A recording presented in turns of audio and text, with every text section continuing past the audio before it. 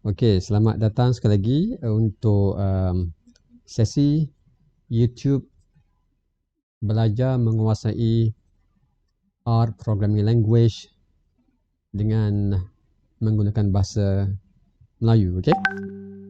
Jadi apa yang kita nak cover ini, hopefully dalam masa 5 minit ni, 4 benda ini. Nombor 1, workflow dalam data science.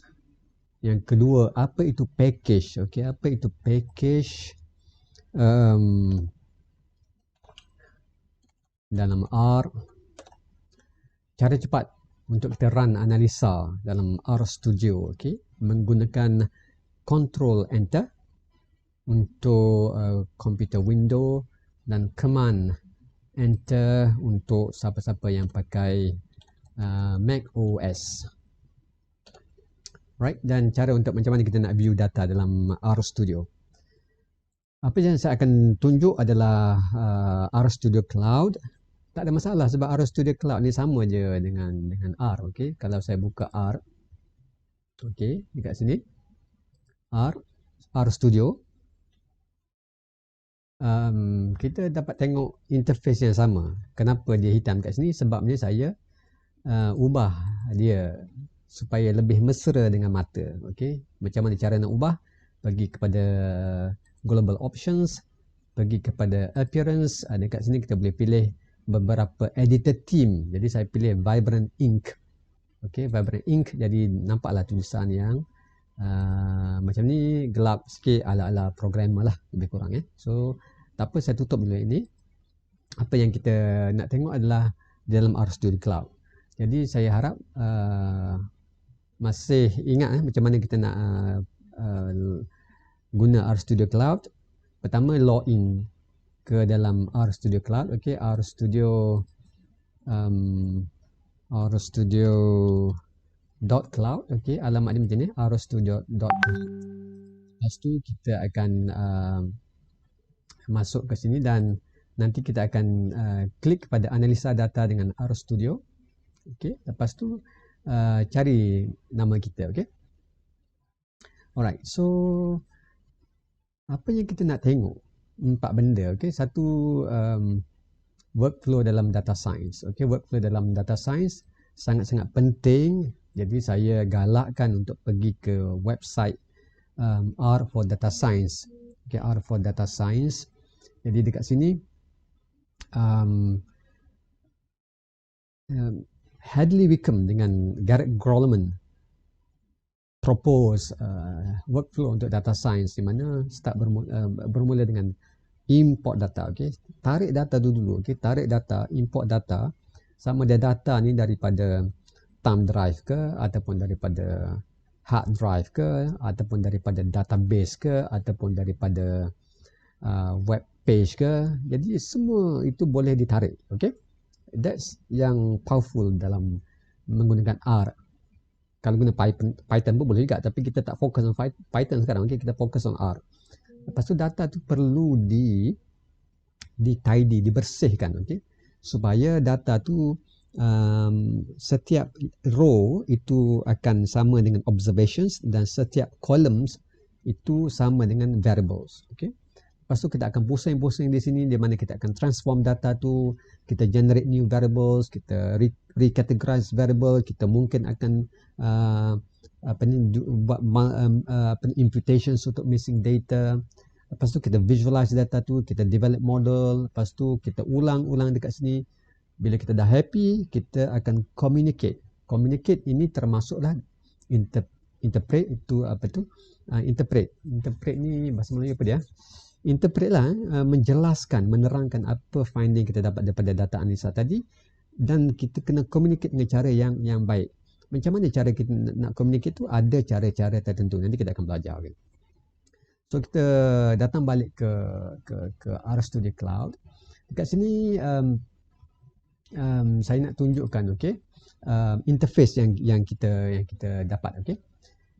Jadi pertama sekali, file ini memang dah ada. Okay, ini file yang file R. Okay, file R script. Kita panggil R script. Dah ada. Kalau kita nak buat yang baru, kita pergi ke file, new file, dan kita klik R script. Okay. Right. Okay. So ada gini. Okay. Tak ada masalah. Okay. Kalau kita nak buat, kita buat macam ni. Kenapa kita ada R script? Supaya bila kita type command kita nanti, okay, bila kita type command kita nanti di sini, kita boleh tekan button save dan R script itu akan di savekan di dalam working directory kita dekat sini. Okay, supaya apa? Supaya bila kita buka esok, kita tak perlu type sekali lagi. Okay, ataupun kalau kita buka minggu depan, kita tak perlu type sekali lagi. Ataupun kalau kita hantar pada kawan kita, dia tak perlu tanya kita macam mana you run ataupun apa yang you klik-klik dekat sini kan. Kita just bagi script tu dan dia boleh run data tu dalam komputer dia. Okay. Itu kita panggil sebagai konsep reproducibility. Okay. Jadi dekat sini yang berwarna hijau ini adalah orang kata command, okay, command yang kita boleh tulis dalam R script dan tidak akan di run, okay, tidak akan di execute oleh R, okay. Kenapa benda ni penting? Kerana kita harus menerangkan apa yang kita buat dalam R script ni. Sebab dia tak boleh nak cakap pada kita apa yang kita buat kan. Jadi apa yang kita buat kat sini kita tulis, okay, dan perlu bermula dengan hashtag dan benda ni harus bertukar jadi color hijau. Jadi benda ni ataupun comments ni menerangkan apa yang kita buat. Okay. Alright. So yang ini adalah function kita yang saya type. Okay, library tidyverse. Apa dia? Library ni adalah satu function untuk load ataupun untuk aktifkan package. Package apa? Package tidyverse. Okay. Okay, dalam package ni kalau kita tengok ada tidyverse. Okay, ada kat situ. Bila dia dah tanda tick kat sini, maksud dia dah activate. Okay, so saya tekan control dan enter pada masa sama dan dia akan run analisa ni. Okay, dan tak ada tanda merah, tak ada warning, tak ada error, kita happy.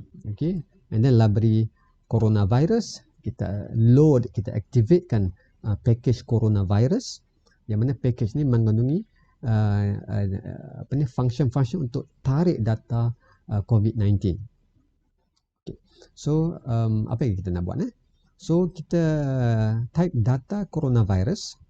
Kita sekarang saya letak je saya punya cursor ni pada line ini. Kalau cara perlahan kita klik button run, okay, button run, okay, boleh juga.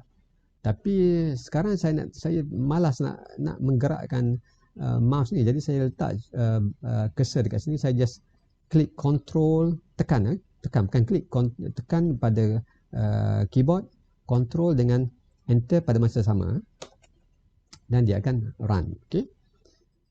And then saya nak tengok sepintas lalu apa variable ni ada. Kalau kita tengok sini, dia dah tarik dekat sini, dia dah promise, dah janji, tapi dia tak tunjuk apa-apa. Okay, dia dah janji tapi tak tunjuk apa-apa. Jadi sekarang kita nak tengok apa yang ada. Kita type glimpse, okay, dan type coronavirus. Okay, dan kita akan nampak sekarang dia dah penuhkan ruang ini dengan data tersebut. Jadi kalau kita nak tengok data ni ataupun nak view data ni, ada dua cara lah. Okey, pertama kita boleh tengok kat sini kan. Kita tengok kat sini, kita besarkan sikit. Kita tengok kat sini, ada row ada 87,808. Okey, ada 87,808 row dan ada 7 columns ataupun 7 variables. Okey, variable pertama variable date, lepas tu karakter double karakter dengan integer. Okey, lepas ni kita akan belajar apa itu variable date, karakter, double dan integer. Kalau kita nak tengok secara penuh lah data ni macam mana, kita cuma klik pada di sini. Okey, dan dia akan keluar dalam bentuk yang kita biasa nampak kan. Okey, ini adalah date, province, country, let, long, type dengan cases. Kita boleh klik pada button sini untuk arrange ascending dengan descending. Okey, kalau kita tengok data yang paling akhir adalah pada 12 Mei. Jadi kita boleh guna function update data untuk kita tarik data yang terbaru. Okey. Lepas tu apa? Okey, ataupun kita boleh sebenarnya kita boleh type juga. Okey, kalau kita nak type view, V-I-E-W, corona virus. Okey, kita boleh dia ada fungsi auto completion. Jadi bila dia keluar tu kita just tekan button, kita just tekan keyboard tab, kan dia akan masuk terus kat situ. Dan kita tekan keyboard lagi, control enter, dan dia akan keluar sekali lagi.